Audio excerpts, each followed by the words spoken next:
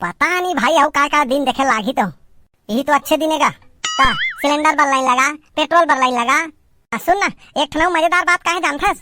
कैसे? हमन ला कथे बाहर मत जाओ, पेट्रोल डीजल के खर्चा कम करो, हो सके तो घर में काम करो। घर में काय कांदा खान बे? और काय कथे हो सके तो एक रोटी कम खाओ, सोना चांदी खरीदना बंद कर दो। वाह, देश के लिए सोचा थे भैया?